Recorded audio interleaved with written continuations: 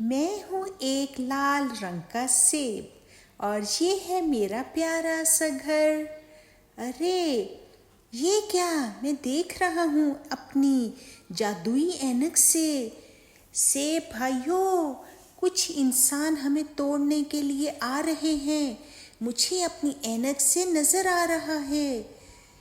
कोई बात नहीं, तोड़ लो हमें, लेकिन जरा आराम से। ये ना हो कि हमें तोड़ने के बाद तुम ऐसे ही हमें कहीं फेंक दो और हमारे अंदर कीड़े पैदा हो जाएं। ऐसा नहीं करना। देखो बच्चों, मैं खुश हूँ कि आप मुझे खाते हो। देखो, मुझे धोकर और फिर मेरे छोटे छोटे टुकड़े करके खाया करो।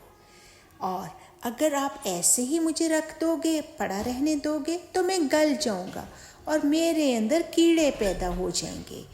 कुछ लोग मेरा एक शरबत बनाकर पीते हैं, तो पी लो, मुझे अच्छा लगता है, लेकिन मुझे ज़ाया ना करो।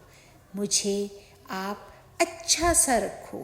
देखो, मुझे खाने से आपके जिस्म में ताकत आती है, लेकिन जब आप मुझे ऐसे ही फेंक देते हो, खाते नहीं हो, मैं आपके फ्रिज में गल सड़ जाता हूँ।